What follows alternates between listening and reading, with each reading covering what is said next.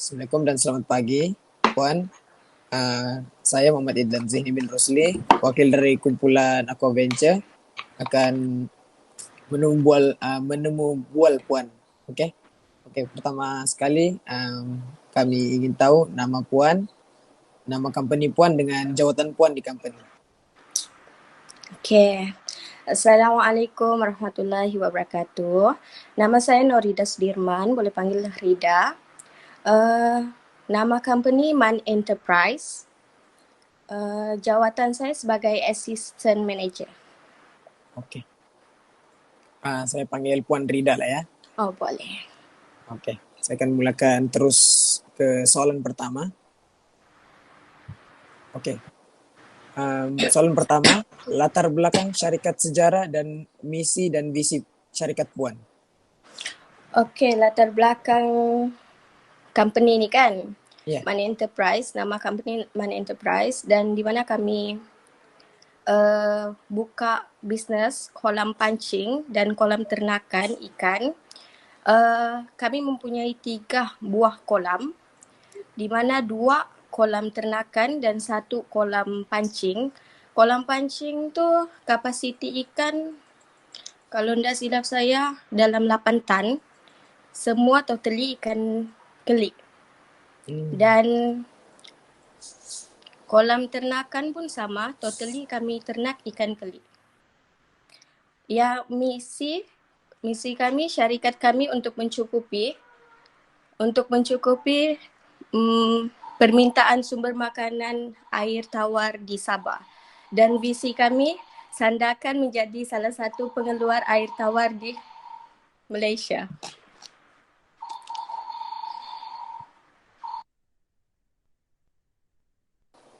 Okey, terima kasih Puan. Pindah ke soalan kedua. Pengalaman usahawan sebelum ini.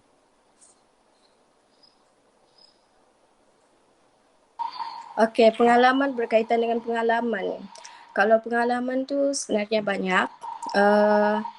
Pengalaman sebelum buka kolam, pengalaman saya berhadapan dengan penternak dan pengusaha kolam, di mana di situlah saya dapat input, mereka bagi pandangan kepada saya macam mana kita mau manage kolam, dan ya, yang itu je. Okey, soalan ketiga. Sudah berapa lama syarikat tertubuh? Okey, syarikat tertubuh untuk kolam ternakan dan kolam pancing ni kami start pada tahun 2017. Sampai sekarang lah. Ya, sampai sekarang. Okey. Soalan keempat, berapa bilangan pekerja setakat ini? Okey, bilangan pekerja setakat ni hanya 2 orang. Kalau dulu kami ambil 4 orang, tapi disebabkan PKP sekarang, pandemik, hanya 2 orang pekerja untuk jaga ketiga-tiga buah kolam pancing dan 2 kolam ternakan. Okey, baik. Okey, soalan kelima, adakah usahawan menguruskan sendiri perniagaan ini atau mengambil seseorang pengurus? Okey, ya, kalau dulu pada tahun 2017 kami tak faham lagi macam mana mau in charge, macam mana mau jaga kolam dan macam mana mau urus kolam. Kalau dulu kami ambil pengurus kolam, dalam 1-2 tahun pengurus kami urus kolam dan dia bagi kepada saya yang atur sepenuhnya sampailah sekarang. Okey. Soalan keenam, pemilihan tempat dalam memulakan perniagaan adakah penting atau tidak? Jika penting, terangkan sedikit tentang pemilihan tempat bagi company Puan.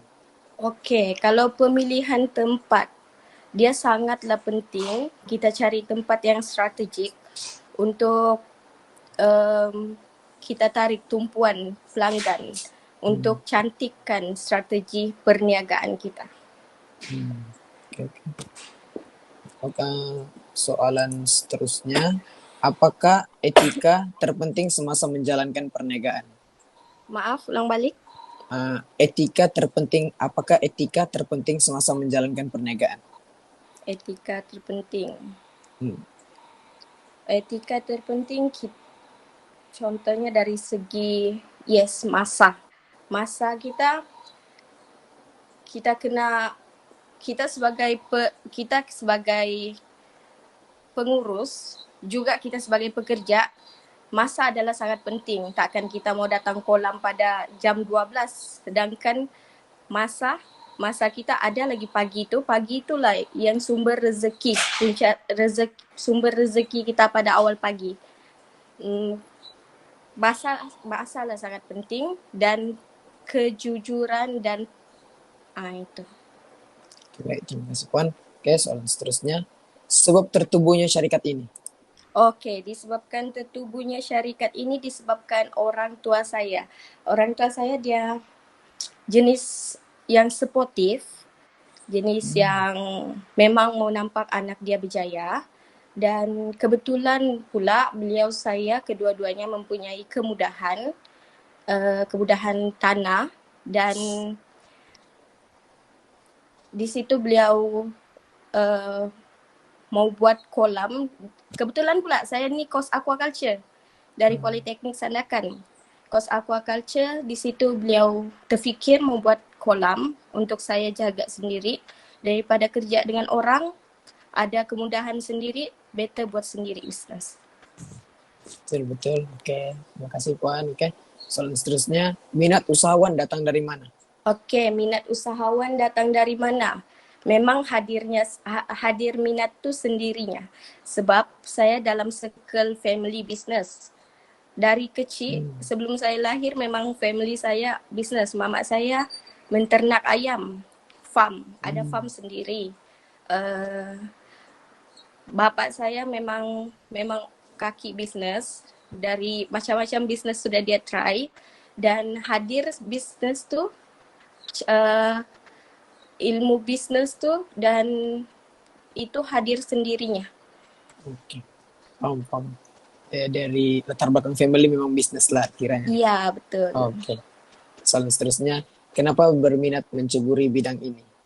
Bidang apa? Bidang aquaculture? Iya, betul. Okey, bidang aquaculture kenapa berminat? Disebabkan nampak peluang yang besar dalam aquaculture ni. Nampak macam potensi yang boleh go on. Oke, paham. Oke, soalan seterusnya. Sebelum memulakan sebuah pernikahan, apa persiapan yang penting yang perlu dilakukan oleh seseorang yang bergelar usahawan? Okey, persiapan yang penting. Sebelum kita mulakan perniagaan, kita mesti buat planning. Jangan kita main sewa kedai je, tiada planning. Main invest begitu je, tiada planning. Tiada susun atur kita punya strategi perniagaan bisnes kita. Jadi takut nanti kalau kita tiada planning, kita main terus terjun, takut akan efek kepada kita punya perniagaan. Akan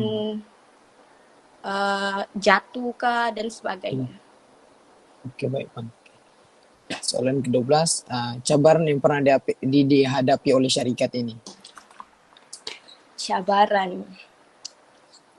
Cabaran berkaitan, kalau namanya bisnes, dia kena menggunakan sumber modal. Okey.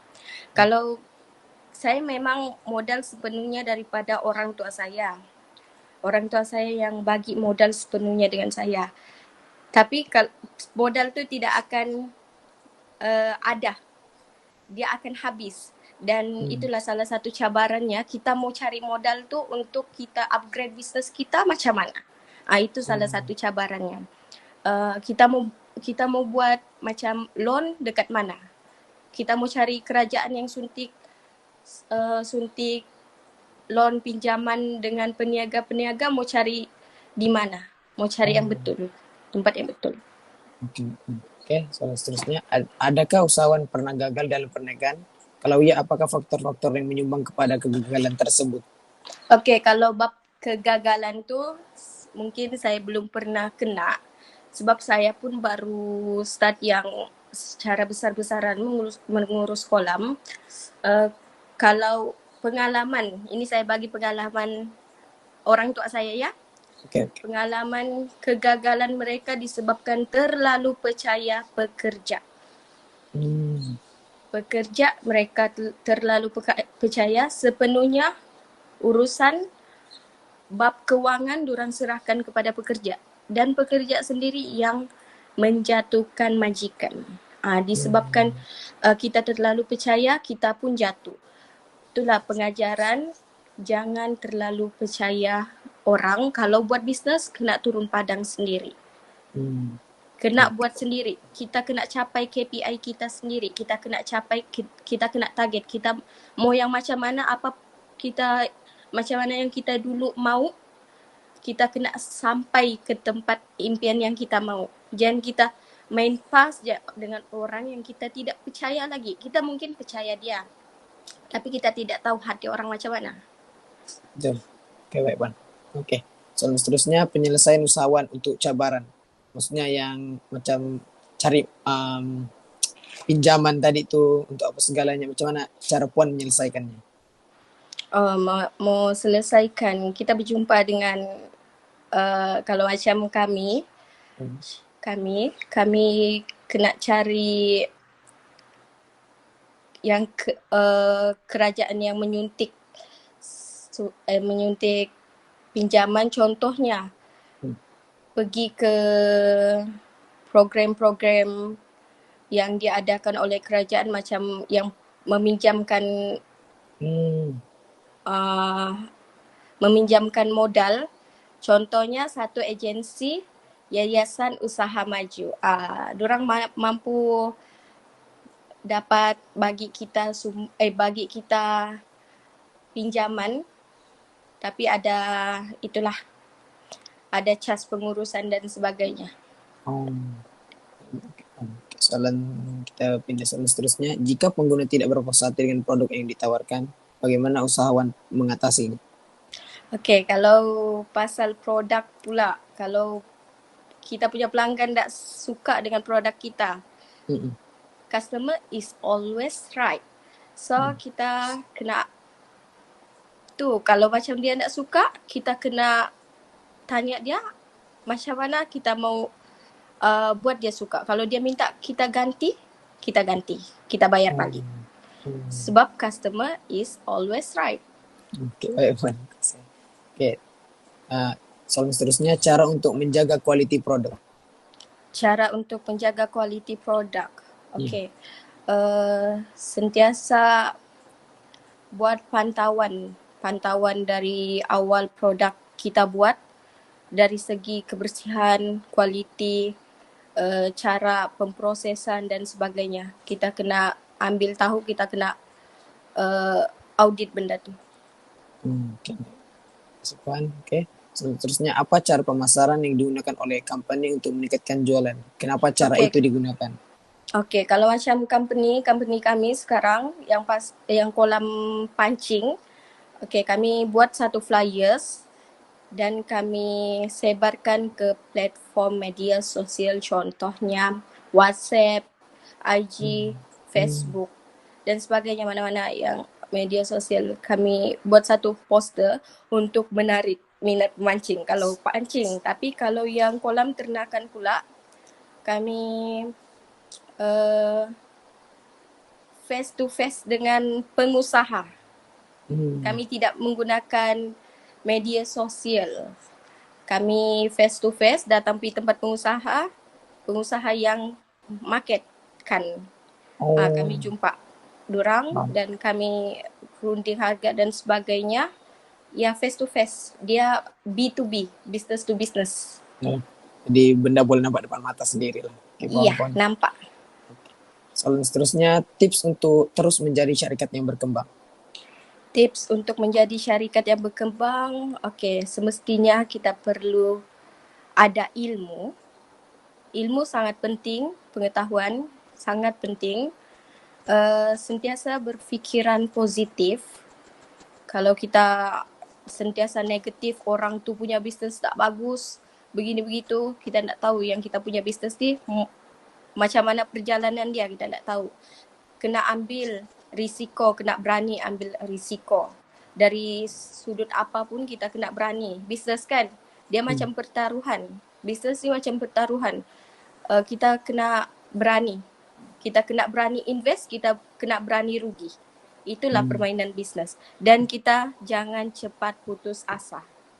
Terima kasih Puan. Oke, soalan seterusnya, nasihat usahawan kepada golongan siswaza yang ingin menceburi bidang keusahawanan.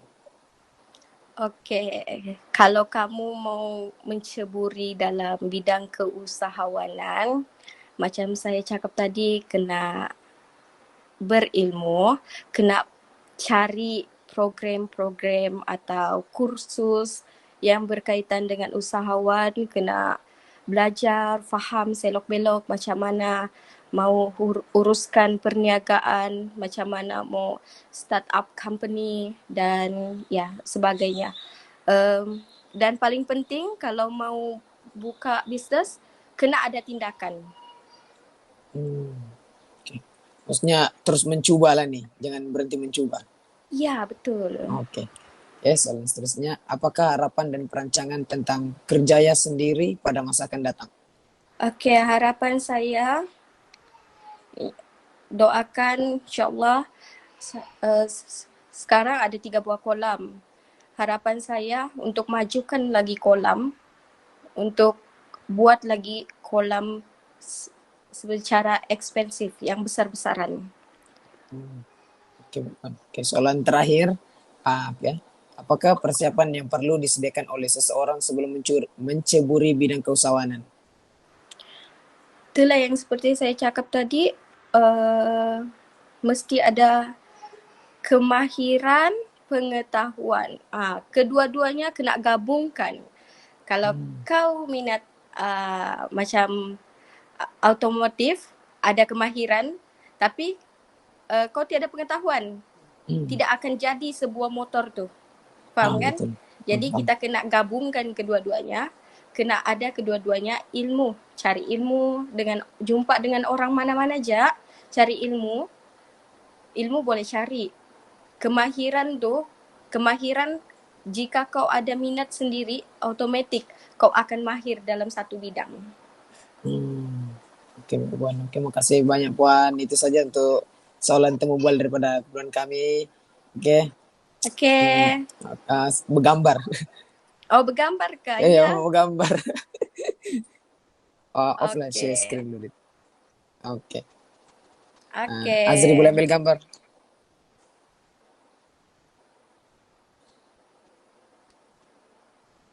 Senyumlah, kenapa juga kamu terlampau yang macam kita kan kena santai. Oke, dorong ni. Oke. Si Wei Zeng kan namanya tuh. Iya, Lampau tegak. Begitu, Mbak. Begini semua begini. Peace semua. Oh iya, peace. Oke. Peace. Sudah Azri? Oke. Oke, sudah. Oke.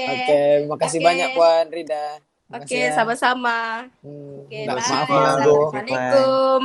Waalaikumsalam.